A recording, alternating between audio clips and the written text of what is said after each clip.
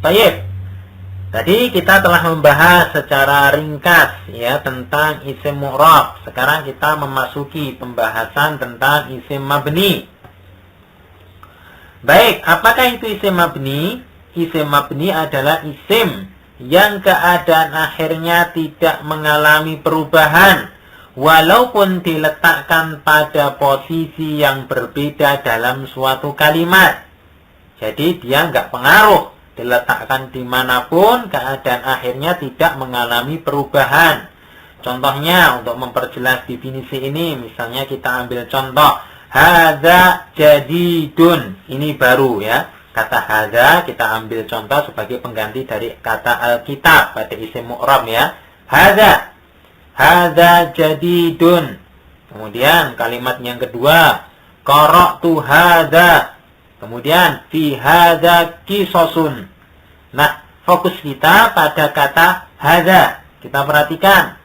Hadza di sini dia tidak mengalami perubahan keadaan akhirnya walaupun diletakkan pada tempat-tempat yang berbeda. Ini menunjukkan bahwasanya hadza adalah termasuk kelompok isim mabni.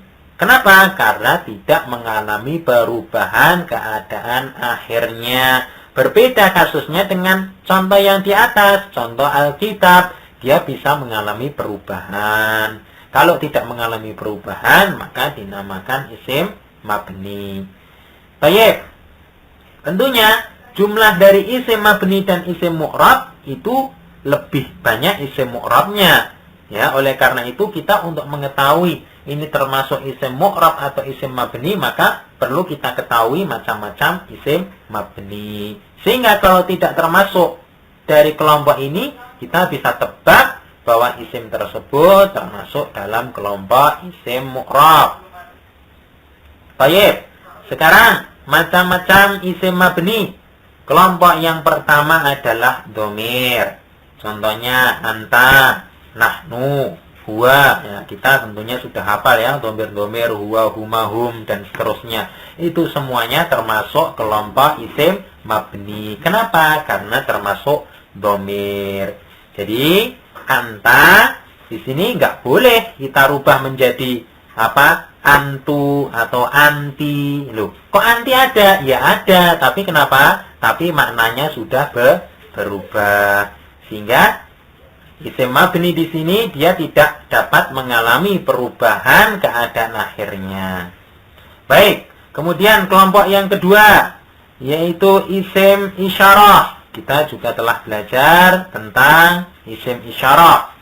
Contohnya misalnya hadihi, haulai, dzalika dan seterusnya sudah dihafal tentunya ya.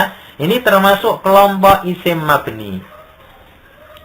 Baik, untuk kelompok selanjutnya yang termasuk kelompok isim mabni adalah al-ismu al-mausulu, isim mausul. Kita juga telah hafal yaitu alladzi, allati, alladzina dan seterusnya. Ini pun termasuk kelompok dari isim mabni. Ya, secara umum ya, isim mausul ini termasuk dari kelompok isim mabni.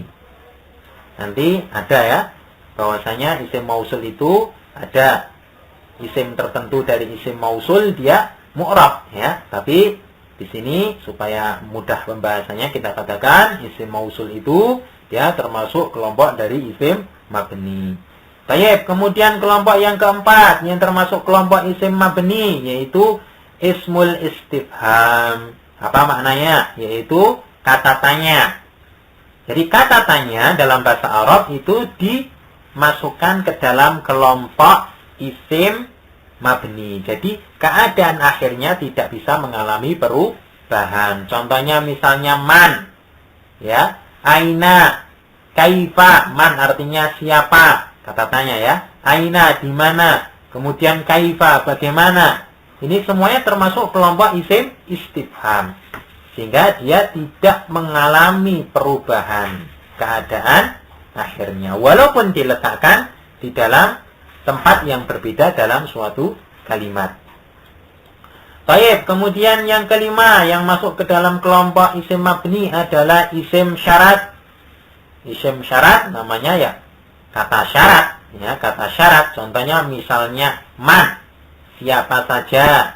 Mata, kapan saja. Ma, apa saja. Ini isim syarat.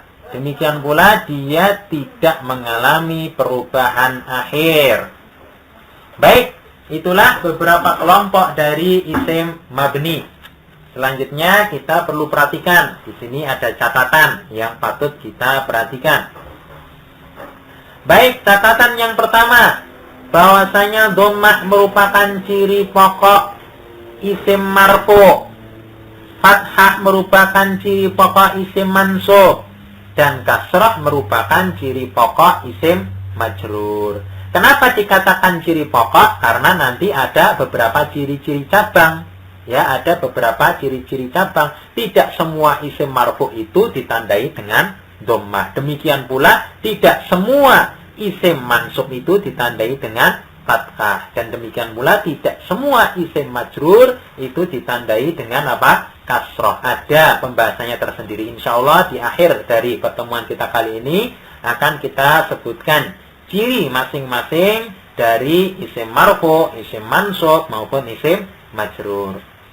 Baik, kemudian catatan yang kedua yang tidak kalah pentingnya, yaitu bahwasanya ada beberapa kelompok isim yang perubahan keadaan akhirnya tidak ditandai dengan perubahan harokat, akan tetapi dengan perubahan huruf.